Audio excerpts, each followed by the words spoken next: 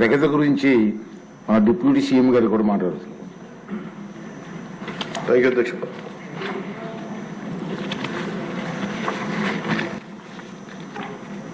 కుటుంబ ప్రభుత్వం ఏం చేసిందని గౌరవ ముఖ్యమంత్రి గారు చాలా అద్భుతంగా తెలియజేశారు.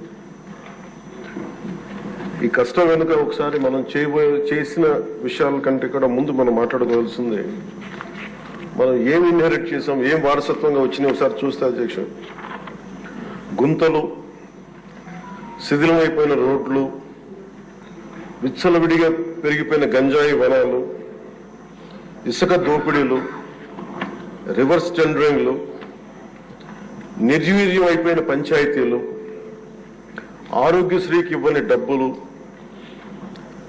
రామతీర్థం రాముల వారి విగ్రహం నరికివేతలు, 219 ఆలయాలు అపవిత్రం చేయడాలు, మద్యం దోపిడీలు, ఎర్రమట్టి దిబ్బల దోపిడీలు, కూల్చివేతలు, వీటిని వారసత్వంగా తీసుకొచ్చాం అధ్యక్ష.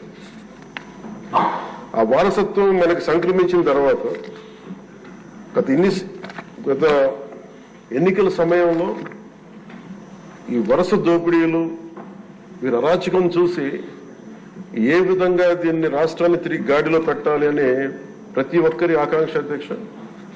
ఆ సమయంలో 3 సార్లు ముఖ్యమంత్రిగా చేసి ఈ రోజున భారతదేశంలో తెలుగువారు భారతీయులు ఎక్కడున్నా సరే దాంట్లో దాదాపు సగం వంతు తెలుగువారే ఉండడానికి ముఖ్య కారకులు.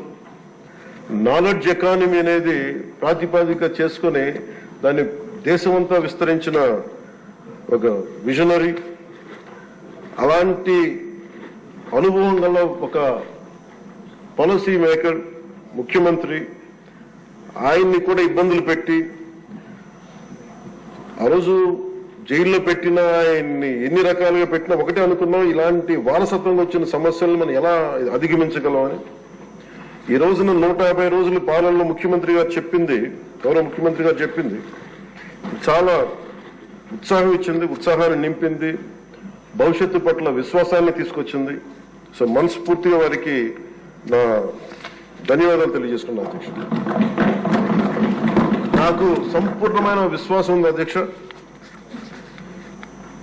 ఇది మొన్న మహారాష్ట్రకి వెళ్తే నేను ఆ మాట చెప్తున్నప్పుడు ప్రతిసారి మన రాష్ట్రం మీద చాలా బాధ అనిపించింది. మహారాష్ట్ర $1 ట్రిలియన్ ఎకానమీ అవ్వాలని మనస్ఫూర్తిగా కోరుకుంటున్నానని. నా మనసులో ఇబ్బంది పడింది ఏంటంటే మన రాష్ట్రానికి ఎందుకు బలంగా చెప్పలేకపోయామనేది. కాకపోతే మనకు వారసత్వం వచ్చిన సమస్యలు కాబట్టి ఆ రోజున చెప్పలేకపోయాను. ఈ రోజు నాకు 150 రోజుల గౌరవ ముఖ్యమంత్రి గారి అనుభవంతో కూడిన ఈ పాలనలో నాకు సంపూర్ణమైన విశ్వాసం ఉంది అధ్యక్ష. ఆంధ్రప్రదేశ్ $1 ట్రిలియన్ ఎకానమీగా అతి త్వరలోనే ఈ 5 సంవత్సరాలు వెళ్తుందని మనసు సంపూర్ణ విశ్వాసం ఉంది. $1 ట్రిలియన్ మన ప్రజలకు అర్థం అవడానికి 7,65,000 కోట్ల ఎకానమీ. గత ప్రభుత్వం మనల్ని ఎకానమీని నిర్వీర్యం చేసింది, ఇబ్బంది పాలు చేసింది, అన్ని రంగాల్లోనూ రాష్ట్ర ప్రభుత్వాన్ని వెనక్కి తీసుకెళ్లిపోయింది. ఈ పరిస్థితుల్లో గౌరవ ముఖ్యమంత్రి గారి అనుభవం, మీ పారదర్శకత, మీ విజనరీ దృష్టి, ఇవన్నీ కూడా మాకు ఈ $1 ట్రిలియన్ ఎకానమీ వైపు పరిగెడుతున్నాయి అన్న దాంట్లో ఏమాత్రం సందేహం లేదు అధ్యక్ష.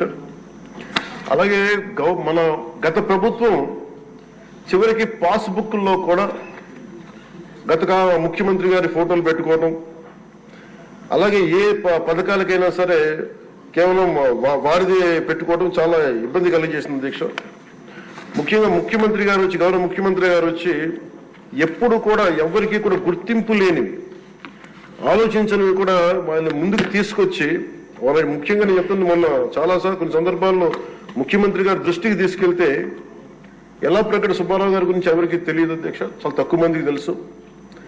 వారి పేరుని నేను ఒక మాట ప్రస్తావించగానే ఆయన దృష్టికి తీసుకురాగానే ఆయనకి పేరు పెట్టడం ఆయన దార్శనికతకి చాలా అర్థం పడుతుంది అధ్యక్ష.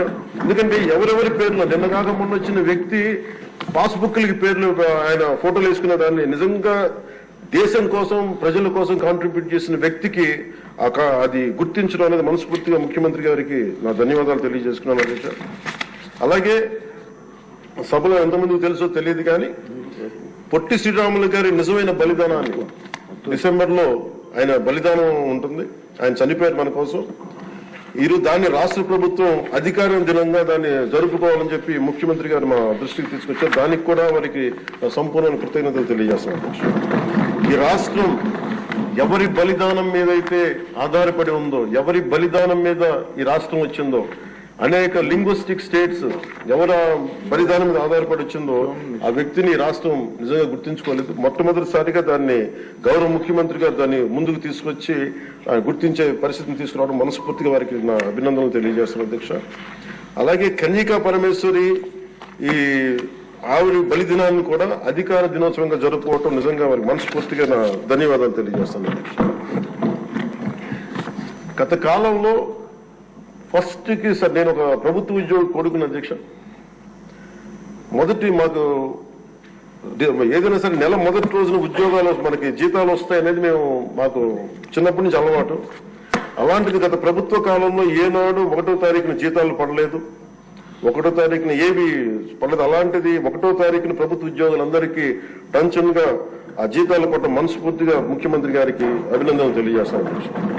అలాగే 64 లక్షల మంది బెనిఫిషియరీస్ కి లబ్ధిదారులకి 4,000 చొప్పున వారికి 1000 రూపాయలు పెంచి మరి ఇవ్వడం మనస్ఫూర్తిగా వారికి నా అభినందనలు తెలియజేస్తాను. అది కూడా అందరం వెళ్ళి వారి చేతికి అంటే దీనికి ఏ వ్యవస్థ అవసరం ఉన్న వ్యవస్థని సమర్థవంతంగా వాడుకొని ఇంటికి క్యాష్ చేరవేయటం మనస్ఫూర్తిగా వారికి నా అభినందనలు తెలియజేస్తున్నాను అధ్యక్ష.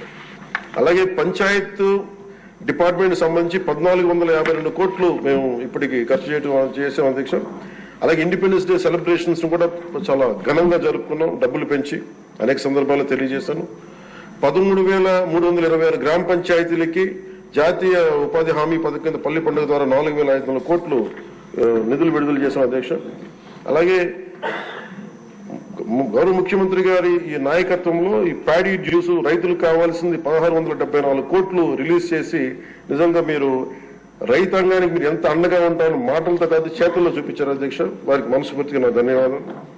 అలాగే ప్రభుత్వానికి మన కేంద్ర ప్రభుత్వానికి ఎంత అండగా ఉంది మోడీ గారి ఆధ్వర్యంలో ఉన్న కేంద్ర ప్రభుత్వం అనడానికి అమరావతికి 15,000 కోట్ల రూపాయలు, పోలవరంకి 12,500 కోట్ల రూపాయలు, రైల్వే ప్రాజెక్ట్స్ దాదాపు 70,000 కోట్ల పైచిలకు, హైవేస్ అయితే దాదాపు ఇప్పటికే 55,000 కోట్ల రూపాయలు ఈరోజు మనకి ఇచ్చారు అధ్యక్ష. దాని పనులు జరుగుతూ ఉన్నాయి. అలాగే ముఖ్యమంత్రి గారికి కూడా ముఖ్యంగా మిడ్ డే నేను అడిగింది ఏంటంటే ముఖ్యమంత్రి గారిని డొక్కా సీతమ్మ గారి పేరు ఏదన్నా పథకాన్ని క్యాంటీన్ పెట్టండి అంటే ఆయన ఏకంగా దీనిలో నారాయణ గారికి కూడా ముఖ్యమంత్రి గారు ప్రత్యేకంగా నా ధన్యవాదాలు తెలియజేస్తున్నారు అధ్యక్ష. మధ్యాహ్న భోజన పథకాన్ని విద్యార్థుల మధ్యాహ్న మిడ్ డే మీల్ స్కీమ్ కి డొక్కా సీతమ్మ గారి పేరు పెట్టడం మనస్ఫూర్తిగా వారి చేతులు ఎత్తి నేను నా మనస్ఫూర్తి గారికి కృతజ్ఞతలు తెలియజేస్తాను అధ్యక్ష. అలాగే ఇలాంటి స్ఫూర్తి చూసి నాకు కూడా వ్యక్తిగతంగా నేను ముఖ్యంగా ఆయన లీడర్షిప్ ఎబిలిటీ, ఒక క్రైసిస్ వచ్చినప్పుడు ఒక నాయకుడు ఎలా ఉండాలి, ఒక వరదలు వచ్చినప్పుడు ఎలా ఉన్నారనేది మనకి విజయవాడ బొడిమేరు వరదలప్పుడు అసలు ఆయన చూపించిన నాయకత్వ పటిమ ఇవన్నీ చాలా ఆదర్శనీయం అధ్యక్ష. మేము వెళ్ళి కాళ్ళు మన చొక్కా మడిచి ఆయన దిగి బురదలో నడిచి దిగి ఆయన అవసరం లేదు, ఆయన చేయించవచ్చు. ఒక కమాండ్ సెంటర్ లో కూర్చొని చేయగలిగే సత్తా ఉండి కూడా మా అందరికీ ధైర్యం నింపడానికి, మా అందరికీ భరోసా నింపడానికి, ప్రజలకు ఆ భరోసా ఇవ్వడానికి ఆయన నడిపించిన తీరు యంత్రాంగాన్ని చాలా అభినందనీయం అధ్యక్ష. అలాగే జల్ జీవన్ మిషన్ కి సంబంధించి అధ్యక్ష ఈ రోజున గత ప్రభుత్వం ఫిల్టర్ బెడ్స్ కూడా మార్చలేదు అధ్యక్ష. అంటే 4 లక్షలు అవుతుంది.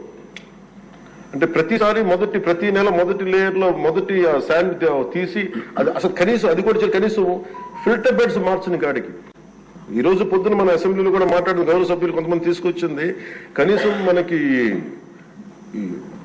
కిడ్నీ వ్యాధులు ఎక్కువైపోతుంది, కనీసం ఫిల్టర్ బెడ్స్ కూడా మార్చలేదు. కనీసం ఫిల్టర్ బెడ్స్ మార్చిన కొంత ఇంపాక్ట్ తగ్గుద్దని అంటుంటే నిజంగా అనిపించింది అధ్యక్ష. జల్ జీవన్ మిషన్ మేము ఇప్పుడు దాకా గౌరవ ముఖ్యమంత్రి గారి నాయకత్వంలో ఆయన విజన్ తోటి జల్ జీవన్ మిషన్ ని ఈ రోజున అందరికీ మాటిస్తున్నాం అధ్యక్ష, రాష్ట్రానికి మాటిస్తున్నాం. జల్ జీవన్ మిషన్ మన కేంద్రం మనకి గౌరవ ప్రధానమంత్రి గారి ఆశీస్సులతో గౌరవ ముఖ్యమంత్రి చంద్రబాబు గారి నాయకత్వంలో మునిపెన్నడూ లేని విధంగా భారతదేశంలోని ఎప్పుడు కూడా జల్ జీవన్ మిషన్ ఏ స్థాయి ఇది ఒక మోడల్ గా చేస్తాం అధ్యక్ష. ఆ మాట మేము అందరం కమిటెడ్ గా ఉన్నాం అధ్యక్ష. అలాగే లా అండ్ ఆర్డర్ కి సంబంధించి లా అండ్ ఆర్డర్ లో 3 IPS ఆఫీసర్స్ ని ఏకకాలంలో సస్పెండ్ చేసిన ఘనత, వాళ్ళు చేసిన తప్పులకి ఆ ధైర్యం కావాలంటే ఆయన అనుభవం చాలా స్పష్టంగా తెలియజేస్తుంది అధ్యక్ష. అలాగే లా అండ్ ఆర్డర్ సంబంధించి ఇంకొకటి గంజాయి వనాలు పెరిగిపోయిన చోట తిరిగి శుద్ధి చేయని డ్రోన్స్ ను వాడి గంజాయిని అరికట్టడం. ఈ మధ్యలో కూడా మనం ఏ స్థాయికి వచ్చిందని పక్కన ఉన్న వైజాగ్ లో హాస్పిటల్ పక్కన చిన్న పిచ్చి మొక్కలు కూడా పెంచేస్తాం. అంత ఇదిగా పెరిగిపోయిన దాన్ని ఉక్కుపాదంతో దాన్ని అణిచేస్తామని చెప్పింది చాలా స్ఫూర్తిదాయకం అధ్యక్ష. ప్రత్యేకించి సోషల్ మీడియాకి సంబంధించి అసలు ఇంట్లో ఆడబిడ్డలు బయటికి రావాలన్నా గాని ఊళ్ళల్లో ఈ రోజున ఇక్కడున్న చాలా మంది గౌరవ సభ్యులు కానీ ముఖ్యమంత్రి గాని వీళ్ళందరూ ఎంతో కొంత ఒక ఇన్సులేటెడ్ అధ్యక్ష. కొంతమంది అధికారులు తెలియచ్చు, లేదంటే మనుషులు ఉండొచ్చు, వీళ్ళు ఉండొచ్చు, కానీ నిజంగా సఫర్ అవుతుంది ఊళ్ళల్లో ఆడపిల్లల అధ్యక్ష.